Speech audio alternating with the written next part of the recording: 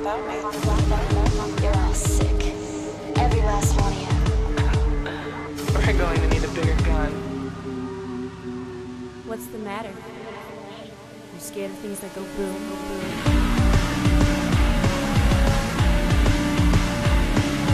Give me one goddamn reason why I shouldn't blow your goddamn brains all over that goddamn wall. All the boys love Mandy Lane here on Double Feature. What? You didn't see the Mandy Lane news this week, did you? No. I'm here on Double Feature speaking with Michael Kester. Well, we're about to talk about two movies, but I thought we'd mention a third movie on the show today. Michael, this is very exciting. You don't know about this. News has just broken. All the Boys Love Mandy Lane is getting a U.S. release. Like theatrical? Real thing. I believe theatrical as well as video on demand, our most favorite format. You're skeptical. I can hear it in your voice. It's not even skepticism at this point, You man. just don't Like, believe me. who... It's coming out, okay? Just believe me, and it's going to be great. I don't believe you. All right. Well, we'll re-announce it when I have a copy in my hand, by which I mean on my hard drive, by which I mean in the cloud. I'm Sin City skeptical, man. Okay. All right. Well, there are pictures of... You've actually seen Mandy Lane, so we're already 10 steps ahead of... This week on the show, we're doing two films made by... What the fuck are these directors doing making these films? I believe it's what the fuck are these stand-up comedians doing making these films? Stand-up comedians, now directors, I guess. Uh-huh. The first of the two movies is Dirty Work. Written by and starring Norm Macdonald. Highly exciting. But directed by a one Danny Tanner. And the other thing is, it's Pootie Tang. It's Pootie Tang. Is the short title. Are either one of us going to be able to say the Pootie Tang title? Is it sign your pity on the... This is already amazing. Sign your pity on the... On the Runny Kind? Runny Kind. Yeah, that can't be right. Nothing about that is right. Nothing about this whole fucking show is right. And that goes double this week. But we have chapters... So you can skip this whole fucking show by just turning off your iPhone and doing something else with your life. That's one option you have. Wow. Or you could use or you could use the chapters and skip over to the next movie. If you're going to go through with one of these movies, I think you're going to do both today. That's how I feel. think so. That's where I'm putting my money on. You know this. what's weird is everyone I know had seen Pootie Tang. Wow. And nobody I knew had seen Dirty Work. Well, that's Whereas not fair. I saw Dirty Work about 100 times before. Maybe not 100, maybe like 4, but I'm rounding up. Excellent. And Pootie Tang 0. I was going to say, I'm pretty sure Pootie Tang is one of those movies that Comedy Central airs every 5 minutes. Oh. There was like a block. Yeah, right. Like that other one about the Hasidic Jew. That is also... Yeah. What was that called? Why isn't Hebrew that been on Hammer. our show? Yeah, you know what I'm talking about. Like all I needed to say is Hasidic Jew. I haven't even seen it. You indexed your film knowledge and found that we're going to spoil the movies is the point I was getting at. The rest of the show is going to be way more collected than this intro. So let's just bail on the intro, chapter over to Dirty Work. Perfect. And talk about 1998 and Norm Macdonald narrating a film. Not only do we let Norm Macdonald have his own film, he gets to narrate it. Yeah, even Don Rickles is curious how Norm Macdonald got his own film. This is the note to self mechanism beyond the narration. Like whatever narration, that always happens. But let's talk about note to self in our ongoing series of double feature cliches that disappeared. Yeah. Do you remember note to self tape recorder? Oh yeah. What happened there? Where did that go? I dare I say it was done to death. I can't tell if we file note to self tape recorder under comedic device or hamster recorder. I don't think it's hamster recorder because of how often it happens. Right. When we get to the end, I mean, that's the ultimate test for stuff like this. Do you feel like it is? Do you feel the same way you feel when you got the original hamster style? Uh-huh. And I don't. You know what I mean, though? You get That's a a feeling hard when sell, when these things come up, you go, oh, yeah, hamster style. And I thought about it, but I didn't actually get that feeling, that kind of, oh, yeah, this is why they wrote the tape recorder. That tape recorder would have been there whether it saved the fucking day or not. Right, yeah. I think the tape recorder's shining moment is note to self. Sex with Blow Up Doll, not as good as advertised. Right. Other cliche that may have disappeared that I wanted to ask you about is, you remember when every third movie made a reference to anal rape in prison? Yeah. That's You know what I just- mean? Is that like prison anal rape concept? Is that Right. just no longer part of the popular consciousness? This or- film deals with it the absolute best possible way, where his friend has no idea, never heard of this before, Right, sure. completely unfamiliar with it, Yeah, Norm even knows it's a cliche as he's Yeah, explaining it to right. us. and that's kind of how it feels now when you put prison, like people go into prison, and then everybody watching the film or show goes, "Up, they're in prison," but then somebody goes, "Oh, they're gonna get raped," and you go, "Why? They're just in prison. That's just a correctional facility. Right. Why is everything rape with you?" That's what they say to me.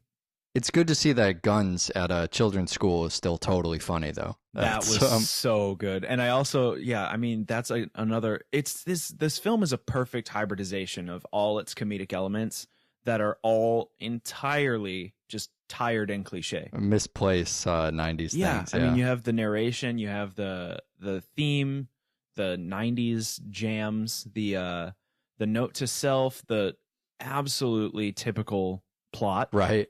Big businessman coming to ruin the town. The underdog Sure. has to save the day and win the girl. Well, there couldn't be anything more typically 90s than the pop rock soundtrack. Yeah, I know. The Dirty Work soundtrack, which I believe was released under the title Now That's What I Call Music Volume 3, which is spliced against Richard Gibbs' score. Right. Richard Gibbs, who is from Oingo Boingo. From Elfman and the Boys Band. You ever start to feel like we've already talked about everything that's ever happened in movies ever? Yes and no. There's stuff we intentionally steer away from, which I think we'll get into next week. Speaking of which, oh look, Christopher McDonald is back I know. When I saw as him, Travis. I laughed so hard just to see him show up. It's weird because for me, he's the guy from Flubber. Yeah. But I love now- that they're oblivious to him being the villain at first. Oh yeah, yeah. Just so good natured, they don't even consider that. But sorry, I didn't mean to get away from Norm Macdonald. So he's like, mid 30s in here. yeah. This is a guy known for his stints on SNL, Right. which is probably the better part of a decade or 5 years Right. or something. But this is after he's gotten kicked off of SNL. Now his big thing on there was what, Weekend Update? Yeah, Right? he was the Weekend Update guy. What happened post SNL? Where is Norm Macdonald's career? So he was on SNL. He got kicked off for doing something that you and I would think is great, but apparently Lorne Michaels thought was offensive. And then Wait, hold on. No, and then you're not going to tell me what the thing is? I don't exactly remember. He said Okay, something. well that's fine. Yeah, he said something on Weekend Update or some such thing that really inflamed a bunch of people. But the best part about it is that he could have kept his SNL position had he apologized and said it was offensive. Right. But he just So you insisted- literally mean, one of those things Yeah. that yeah. Bill Maher gets fired from Yeah. politically incorrect for. Sure, exactly. And he was just like, that wasn't offensive. It was just a joke. Yeah. And so for a while he did the late night TV run where he was on Letterman and he would talk about, oh, that was offensive. Wasn't it offensive? No, it wasn't offensive. Right. And he kind of spiraled into obscurity. He still did stand up, but then he had a TV show. I don't know if you remember this. He had a sitcom eventually. What was it called? I think it was called Norm. Really? Yeah, it aired after the Drew Carey show. Oh, weird. And then from there, he does a lot of voice work. Obviously, he's got the voice.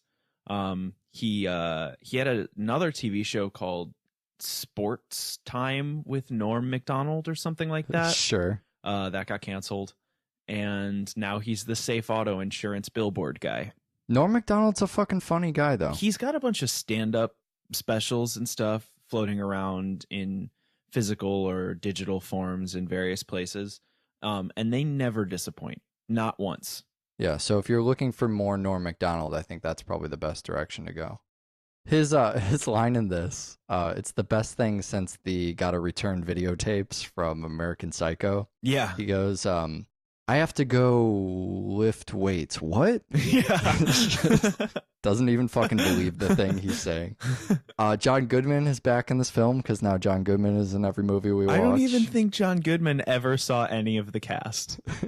Did you get that vibe when he was looking up at Christopher McDonald that they were not in the same place? No, but I'm going to look for it next time. So I think we've covered the entirety of the cast that wasn't on SNL. Right, except Artie Lang. Right. Well, that's Artie Lang, yeah. that it's so weird to see him in this movie because Artie Lang was a huge fucking Mad TV guy. Yeah. And here he is interspersed with the entire, back catalog of SNL cast members and the girl from Two Guys, a Girl and a Pizza Place. Right. And it's just so weird for me to see SNL and Mad TV ever blend, because I always assumed when Mad TV mattered, and by mattered, I mean was on the air. Right. That they were rivals.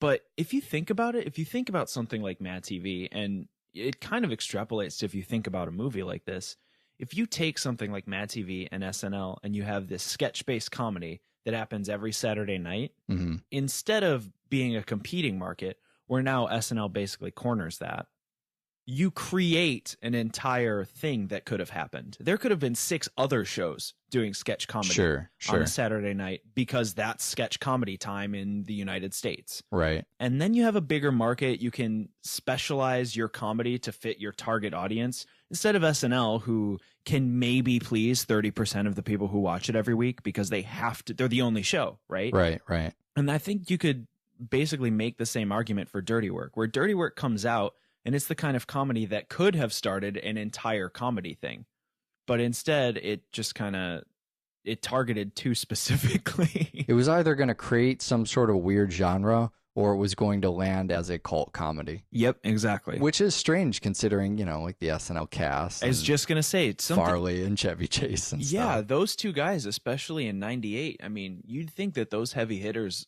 in a film that's supposed to be funny, that would be it, But apparently Norm Macdonald's face is just a turnoff to the American people. It's a shame. It shouldn't be. But I mean, in addressing why this movie has cult status and not mainstream success, these are things we have to think about. Right. Not necessarily. You and I would watch Norm Macdonald movies all goddamn day. Oh, yeah. Hell yeah. We were just talking last week about something I think Chris Farley is a really great example of, is a character that is really just a thinly veiled excuse to have an actor who always plays the same character around. Yes. And, I tried to make a case for that last time, I think with Adam Sandler, which might have been a bad example. Maybe not. I don't know.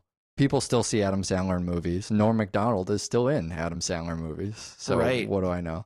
But people showed up to see Chris Farley play the same fucking character every movie. I know. And he had a film career that was essentially just playing the huge angry guy that he played on SNL. Yeah, I've never seen a Chris Farley movie yet in my life. Well, you've seen a Chris Farley bit. And I get, and that's it. I get it. I get that that's his thing. Chevy Chase's character, on the other hand, this doctor who tells him that, he bets on his dad dying and then needs $50,000 to pay off a debt, so he'll bump him to the top of a donor list. Just such a weird premise. It's because of Mr. T, man. You got to blame Mr. T for that one. Yeah, right. That was the other thing, is a weird Rocky moment in there. My heart warmed a little bit. Yeah, like, congratulations for doing your homework. You saw the third Rocky film. I love Norm's reaction to that too. Yeah. You bet on the third Rocky movie and you bet against Rocky? It really should just be, I want to do a web series of Norm Macdonald reacts to things. Yeah. That's Norm, if you're listening, get in touch, please. So then there's the part we haven't talked about, which is the actual dirty work that is done in this movie, which I feel like is the crux. It's the selling point of the film. That's how you wrote Bob Saget in, is that premise. Sure. So Bob Saget of Full House and America's Funniest Home Video fame. But as we know, come on, Aristocrats fame. Yeah, as we know, filthy comedian fame. Is directing Dirty Work and has what's just a series of... They're kind of practical jokes, I guess. Yeah. And so the execution of these, that's going to become the selling point of the movie. Uh-huh. Well, so this starts with the Dead Hooker commercial. Yeah. So here's what I love about, and this is true, I guess, of all of the jokes, that you just kind of go with these pranks they're pulling. First of all, for the Dead Hooker commercial to work, why do they need to be actual hookers? Yeah, why? I know, that's really funny. Well, just in case somebody recognizes them as somebody that's not a hooker, I guess. And it's hard for me to explain the Bob Saget thing any more than to go, you're always going to hire more hookers than you think you'll really need. Yeah. Because you just never know. That seems like a moment where if there's anything in the whole movie that I can kind of point to Bob Saget, I could see him going, well, there's only 3 hookers in the scene where we plan the thing, but why don't we have like 10 hookers? Just, you know, because you never know when you'll need more hookers. And then after that, they go to a carnival. Because thank fuck, I thought we'd get through a whole month of our show without talking about the carny. Couldn't let that happen. Another huge moment that I love is the fish during the shootout. Oh my God. That's one of my favorite because it makes you think about what the fuck they're doing. Well, and it's like a trifold joke because you have, oh, we'll get them. Their house is going to smell bad. Yeah, right. And then they're sitting there holding fish while you hear this shootout. And the look on their face is amazing. But then you start kind of honing in on listening to what's happening. And that's when the dialogue starts being like, oh, now he's using the chainsaw on me. Right. Is that a hand grenade? It's Troll 2 is what's happening. Yeah, exactly. This is such a good joke for me because it's the kind of, it's almost an introspective sort of moment. Where you go, wow, we've just been having fun with pranks, but let's think about the efficacy here for a second, too. And it does it in the way that's perfect for Dirty Work. It doesn't feel super heavy. They're not taking a moment to, you know, bring up the Richard Gibbs sentimental score and go, wow, is what we're doing really bad? Yeah. Because that's barely something we ever think about. We only think about it enough to make it a punchline. Mm-hmm. So there's this moment here where they're planning fish and everybody's having a good time. And it's almost this James Gunn super-esque. Yeah, totally. Why are we enjoying this? And so you're right. There's so many different levels this works on because they're standing there holding the fish, which is kind of funny. And then the fact that the whole thing is done with audio, we don't see any of this happening. And then their reaction is just fucking like, man, we fucked up. And it goes on, and it's such a long scene, too. I mean, and then the film kind of moves on and goes, whoops, we killed a bunch of people. Well, yeah, that's the other thing, too. Is so you learn about your protagonists as well. You go, these are the kind of guys that aren't going to be bothered with an ethical quandary. So don't have no fear for the rest of the movie. You're never going to have that scene where the characters learn something because clearly if this didn't bother them, nothing will. Well, and that gets hammered home again a little bit later when he's and this line is just a one-liner that's gut busting. Mm-hmm. Norm's talking about destroying the woman's apartment building and he says, "Man, I really wish we didn't have to destroy her aunt's house. But we gotta." Yeah, right. That's exactly what I'm talking about. Yeah, you know who your character is. You have no fear the movie's going to cop out at any point.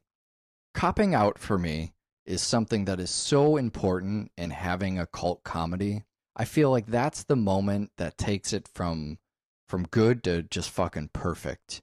Is if you can get through the whole movie and it doesn't feel, that just shows its ultimate catering towards its audience. Mm-hmm. Like Clue. I think Bad Santa is a really good example of that. Yeah. This is, man, the first time I saw Dirty Work, it was almost as if I'd seen another Bad Santa. Yeah. As if I'd found another one. That would be a great feature itself, by the way. Dirty Work and Bad Santa. Oh, yeah. That'd be amazing. Yeah, great time. But that's just because Norm Macdonald and Billy Bob Thornton together at last. Peanut butter and chocolate, my friend. We have this narrative that's in a very cyclical kind of stand-up fashion. Everything comes together in the end. You know, if you watch enough Comedy Central stand-up, you'll notice this is like a 1 out of 3 possible surefire ways for people to end their act if they don't really know what the fuck they're doing. Is let's bring up a joke from the beginning, make a reference to earlier in the thing, people get it. They'll laugh just out of recognition, and then I can leave and everyone will clap for me. Yeah. If you can't tell by the way I'm describing this, I feel like this is a crutch that comedians use. Right. But it almost seems like Dirty Work is kind of poking fun at it. Mm-hmm. It's going, all right, well, let's draw in all the elements from earlier, you know, like comedians will do in their stand-up. Let's go, this is our last heist. We got the brownies. We got the whores. We got the dad in a helmet. Right. We're just going to take every element we had the whole time, surefire epic finale of this, because ultimately these guys aren't in this thing to write an incredible movie. They're in it to translate their work to the medium of film. Right. You know, this is an excuse for us to see Norm Macdonald in another format. Mm-hmm. Nobody wrote Dirty Work and went, who's good for this? Ah, Norm Macdonald. Right. So we get all these things together at the end, and then we have, you know, that moment that I feel like is kind of the clincher Right. for this. Is the movie going to take time to give you any sentimentality? Or, you know, are you going to beat the doctor to death and then bye? That's literally the end of the movie. Is Yeah. it shoves the audience off stage or out of the room. It basically says, movie's over, you get the fuck out of here. And so we're coming together with all this stuff in the end.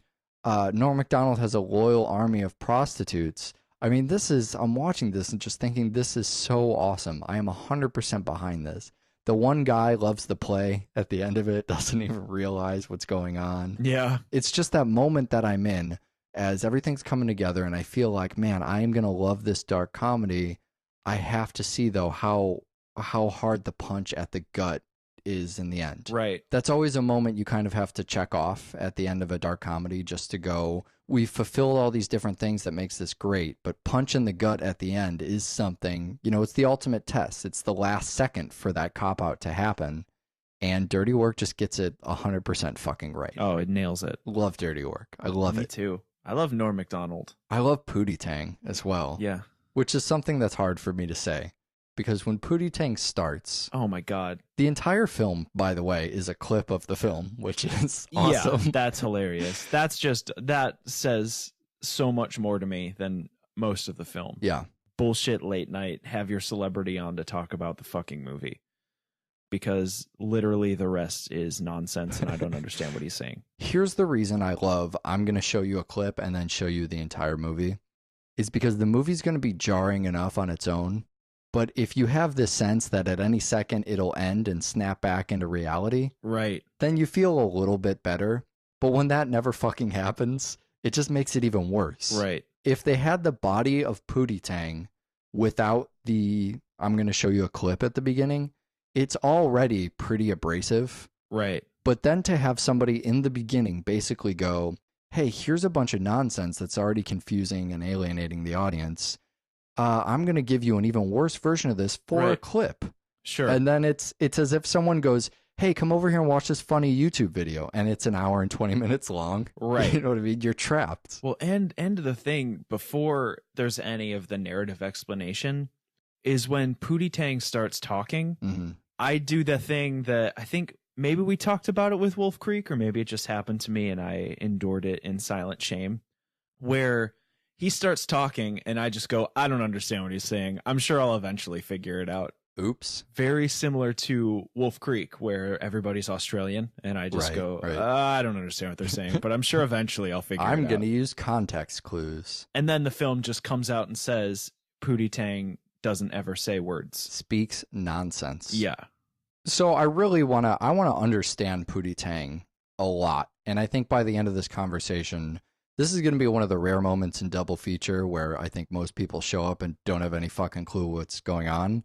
And then we can actually provide a service. And by the end, everybody will get Pootie Tang. That's my goal here today.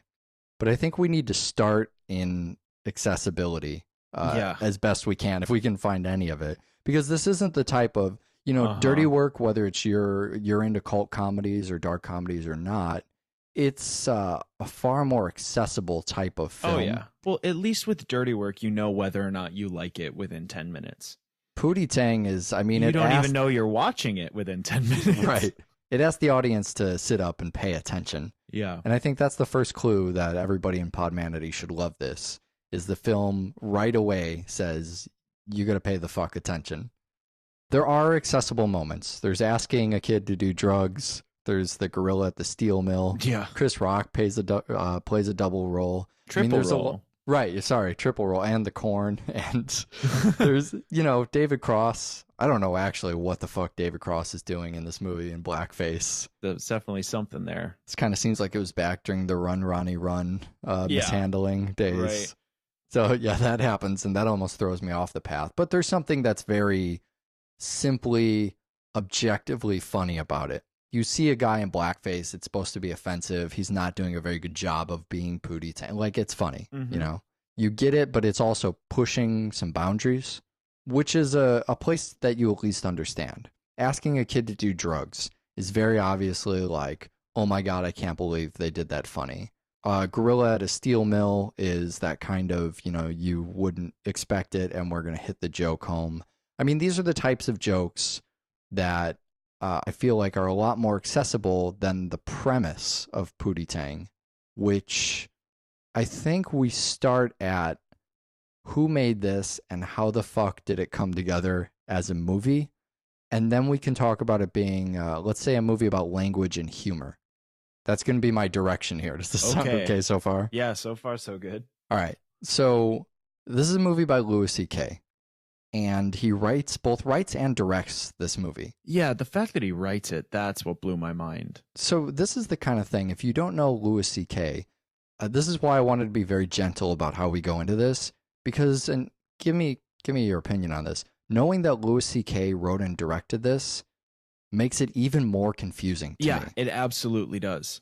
Because I've seen every episode of the show. So explain that a little bit. His show? Yeah. He's a middle-aged white father of 2 who's divorced and has a rough time with a romantic life and with his ex-wife. Meanwhile, it's integrated with weird, semi-surrealistic comedy elements, but there's never jokes. You're just supposed to laugh at how terrible his life is the whole time. I would also say there's something just to try. I agree with all of that.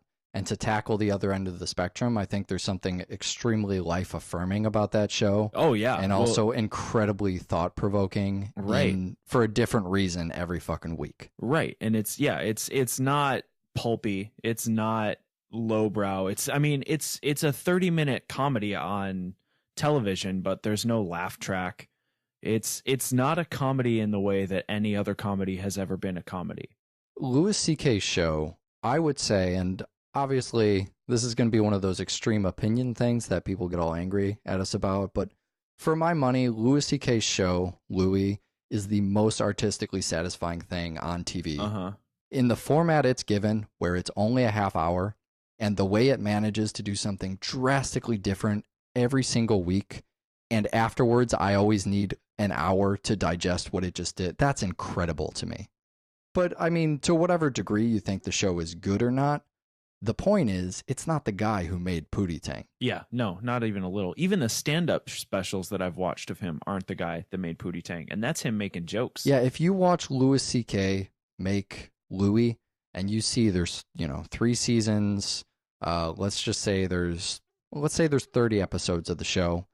It's like 30 vignettes almost, maybe even more than that. You would agree it's kind of a vignette format a little bit. Yeah.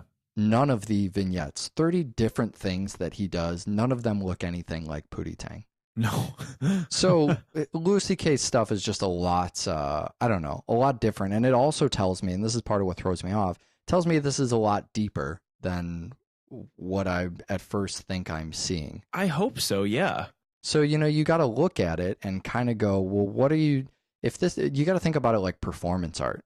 This seems really simple. So what if the art piece, let's take the art piece and stand far away from it and put it on a stage somewhere and go, what is the point of people viewing this? So just to keep that in our minds and kind of think about Louis C.K. as this incredibly, art-driven comedian doing just a lot of really different, challenging stuff as the guy who made Pootie Tang. And I don't think this is a cash-in film. I'm also going to lay that credential out. I don't think this is a make a quick buck. I was under contract by a studio and forced to make this film. So I was reading a bunch of interviews about this, and Louis claims that this movie was kind of destroyed in editing, which is the first aha moment of double feature when you don't get something and a director goes, well, I bowed out during the editing process and then the studio destroyed my film. Yeah. Right? We hear that all the time. Mm-hmm. But I guess the studio added narration to try and explain and make the movie more accessible because Louis C.K. wanted to do the movie really, really straight and not point out that a lot of these things were jokes or, explain away Pootie Tang as, wow, why is he doing this? Well, he's just nuts. And so right away, we're kind of getting, okay, he wants it to be a little more abstract. and he didn't, he wasn't responsible for the MTV editing style of the film. So we have that element. Okay. So here's the background on Pootie Tang. The character of Pootie Tang was written as a TV character, almost in the SNL style Sure. that we were talking about on Dirty Work, for the Chris Rock show. Okay. Chris Rock, who's also, a really important name in talking about this movie, not just for all his roles, but for his influence in it. In the Chris Rock show, one of the things he tried to do with that show, which I think is really fucking commendable and something we should have a whole Chris Rock show for, but he thought that black audiences were being fed the same stuff over and over. Yeah. That there was just a type of, hey, this is comedy for black people, and it goes through the same 5 fucking cliches in every single act.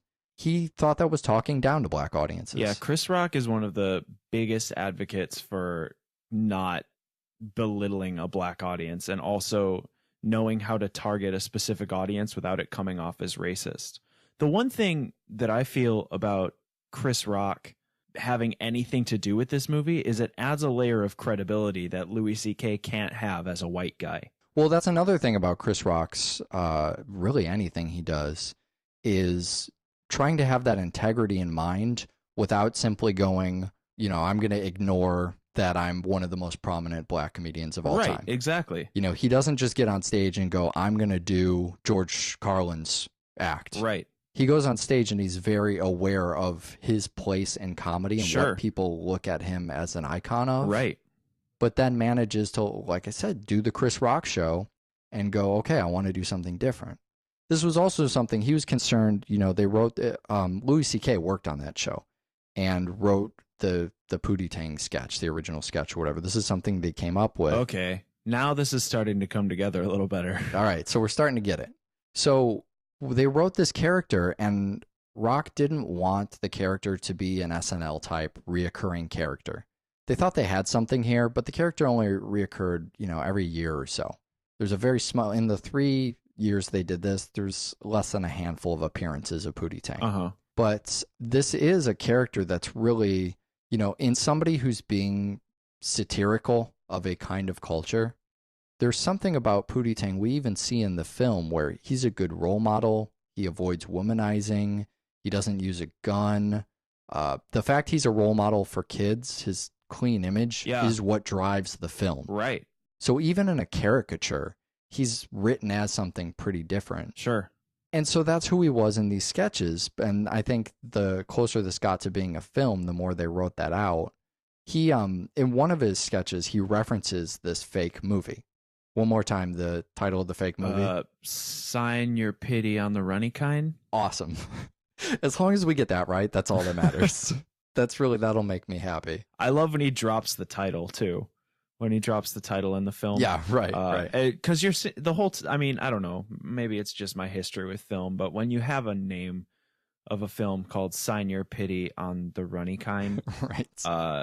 I mean, I guess I don't know. It seems like a Guy Ritchie title. Yeah, and that's something you say right before you shoot somebody in the face. Right. Not before you have sex with the sheriff's blonde farmer daughter.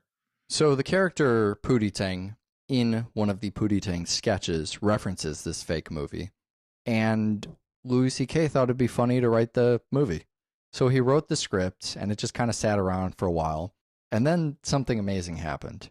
He's in a meeting with the studio, working on something else, and the studio goes, hey, you got anything else sitting around you want to work on? And he goes, well, oh my God. I guess I got this Pootie Tang thing that was pretty popular on Chris Rock's show. Why don't we do something with that? Wow. Yeah. Not only is that hilarious to think about, but your delivery was dead on, Louis C.K. So he makes this movie. He thinks it's on a smaller budget. The budget gets bigger. The studio wants to make what he thought was kind of an Austin Powers sort of thing. So once they got a hold of it in editing, they tried to steer it that direction, even though his direction was a lot more abstract. And that is Pootie Tang as you see it today. But that's only, I feel, half of the equation. because that explains what's, what you're seeing. Yeah. But it doesn't explain, well, what was Louis C.K. doing in the first place? Right. Well, now what you've done is by giving me all this background information, you've put Pootie Tang firmly at a number 2 on my list of wanting to see the director's cuts. Right. Behind the 4.5-hour version of House of a Thousand Corpses. Yeah, it would be something really interesting to see. And I think you could almost create that movie in your head, by removing the narration and trying to ignore the editing. And, Just ignore the editing. Well, because what's on the page, so that's how I try and think about what was Sure. the original intention is, all right, at its script form, without narration, just in the script, the types of things that happen on a conceptual level. Back to that idea of take the movie, put it on a stage, look at it from way far away, look at the audience watching the movie, and figure out what we're doing. Mhm. I would submit that Pootie Tang itself is a joke being played on the audience. Yeah, I fully and entirely agree with that. I mean, the audience can't understand a word of it, right? So Right. you have to think about your audience and understanding it. But the characters, and this is huge, the characters understand all of it. Mm-hmm. So that's the big difference here.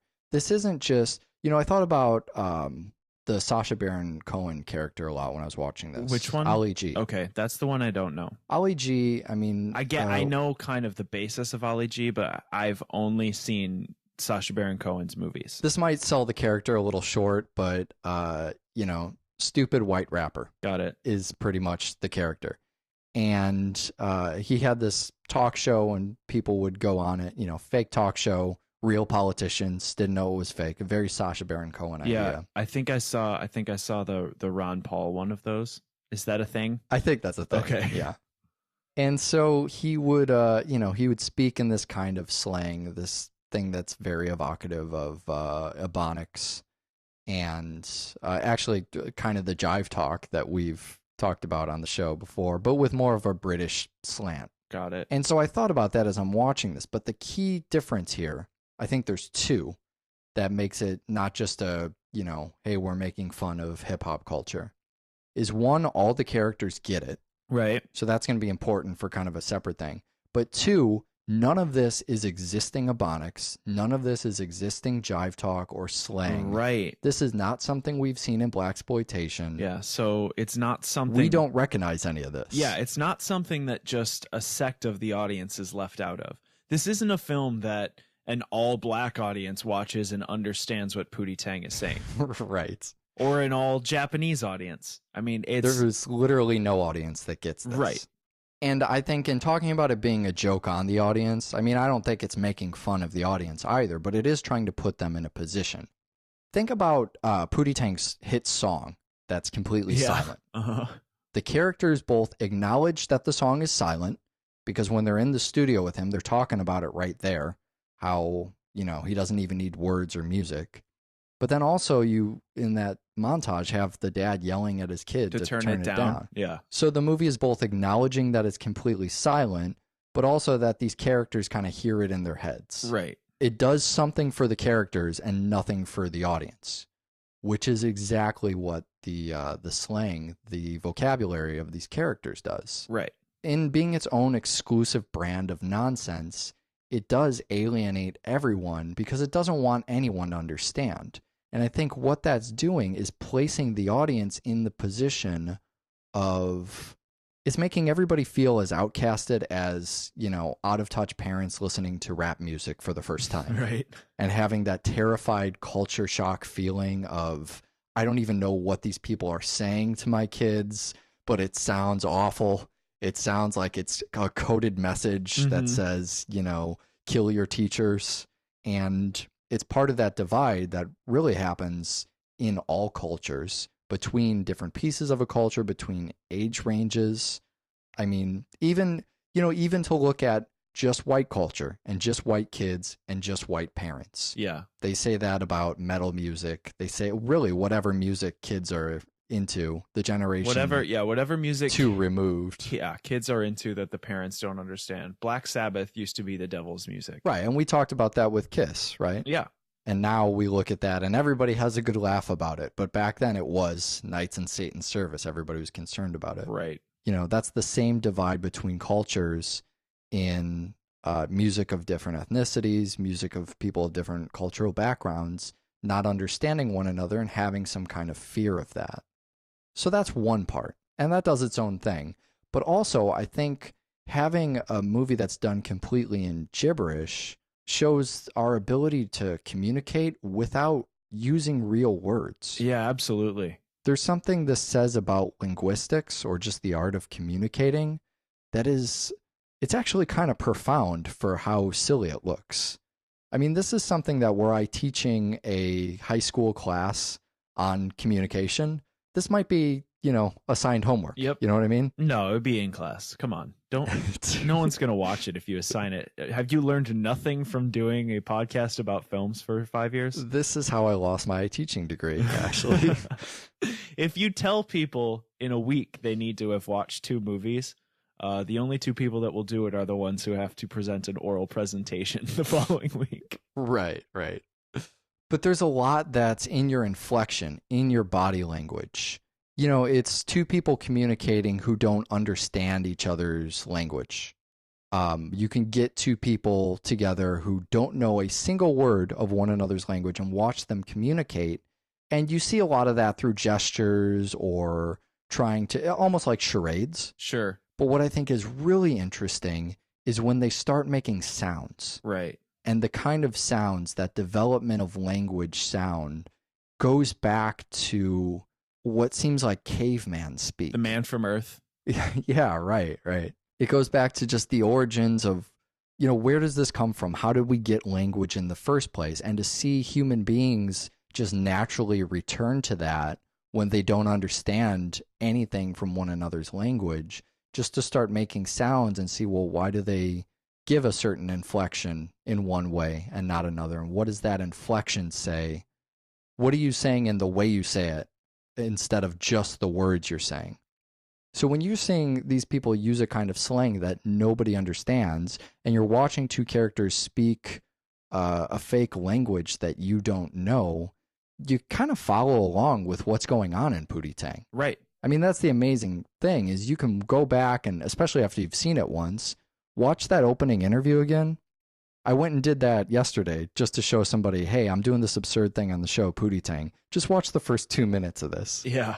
And what was strange is I totally got what would, I could follow their dialogue. I couldn't give you a word for word, like, what do these phrases mean in this culture? Well, but they don't mean one thing, because he uses the same phrase for 8 or 9 different things. Yeah, right, exactly.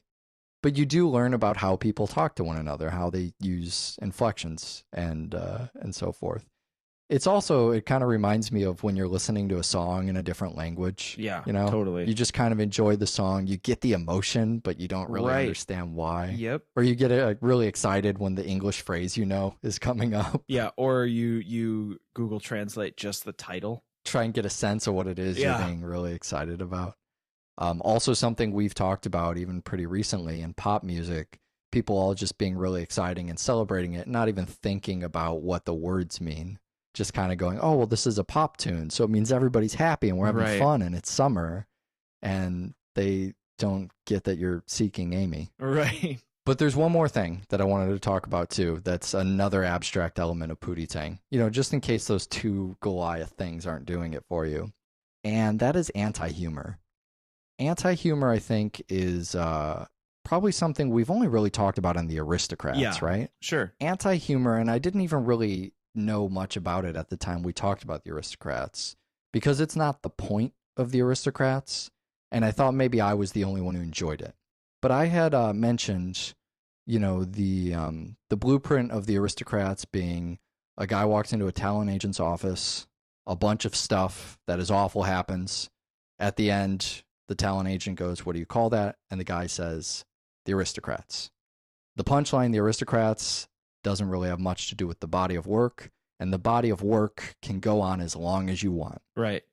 And I said that my favorite thing about The Aristocrats, isn't the jazz or the play on it, or, all of that stuff is great. But what I really, really love is that when you are telling a joke, you have a person's ear for really an absurdly long amount of time. Right. Yeah. You can say anything you want, and people will listen to you if it's in a joke, because they know that it's going to end and they need to figure out like what the fuck happens. And I enjoy that. And that's something that actually exists through anti-humor or anti-comedy, is a joke that essentially the anti-climax is the point of the joke. That the punchline isn't a punchline. And one of the most typical examples of this is the Shaggy Dog story. That's the one that's always used, and maybe even more fitting than the Aristocrats. Yeah, well, it's a lot more clear cut because the Aristocrats tends to get lost behind all of the stuff in the middle. All of the, I was going to say absurd, but it's not absurd. It's a different level of of the trauma, I think, in the middle. That's what I would call that. So in a nutshell, here is the Shaggy Dog story. So one day this girl walks into a pet store and she finds among all of the dogs there one that's shaggier than the rest. So she buys the dog, she takes it home. She loves this dog and she cares for it and she fucking anthropomorphizes it. And so she shows it to all her friends, her new prized possession. And they note that, wow, your dog is particularly shaggy. So one day she's taking this dog on a walk.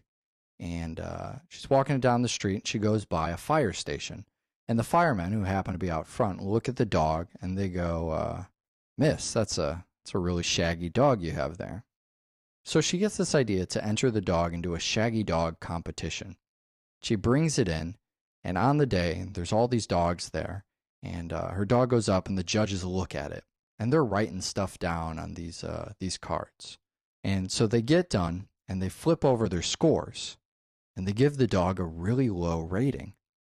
And she says, "Why did you give my dog such a low rating?" And they go, "Well, the dog's just not really that shaggy." It's not that shaggy. That's pretty much the joke. So there isn't much of a punchline to it. No. It's a joke about a shaggy dog. People note that the dog is shaggy. It enters a contest or something, and it's not really that shaggy. There's no fucking point. Is the point of this joke. Now this is different from irreverent humor. Yeah. Because in an irreverent joke, it might be something like you get a shaggy dog, your friends think it's shaggy, you enter it in a contest and it's shaggy. And then you bring it to the finals and it gets hit by a truck. Right. Or they say, you have the worst apple pie. Yeah. Just it has nothing to do with shaggy dogs at all. And this is pretty much, I mean, like I don't want to get super redundant in explaining this, but I guess the idea is simply that the dog wasn't as shaggy as you thought. It's just a letdown at the end. Yeah. That's the whole point.